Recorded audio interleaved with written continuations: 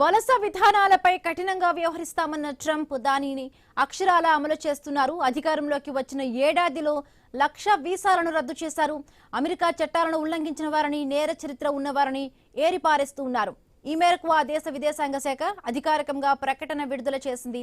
ఇది అమెరికాలో ఉన్న విదేశీయులకు, ముఖ్యంగా విద్యార్థులకు గట్టి హెచ్చరిక లాంటిదని విశ్లేషకులు చెబుతున్నారు.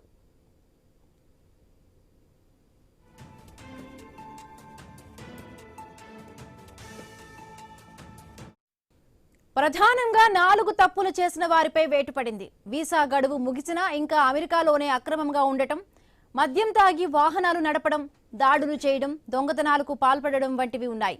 రద్దయిన 1,00,000 వీసాల్లో విద్యార్థులవే వేల సంఖ్యలో ఉండడం ఆందోళనకరంగా ఉంది. మొత్తం రద్దు చేసిన వాటిలో దాదాపు 8,000 స్టూడెంట్ వీసాలు, 2,500 ప్రత్యేక వీసాలు ఉన్నాయి.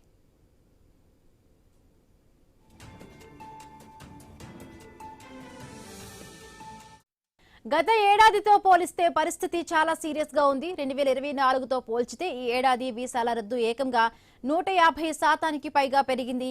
ఒకే ఏడాదిలో 1,00,000 వీసాలు రద్దు చేయడం ఇదే రికార్డు అని అధికారులు చెబుతున్నారు. ట్రంప్ అడ్మినిస్ట్రేషన్ వలస చట్టాలను ఎంత కఠినంగా అమలు చేస్తుందో దీన్ని బట్టి అర్థం చేసుకోవచ్చు.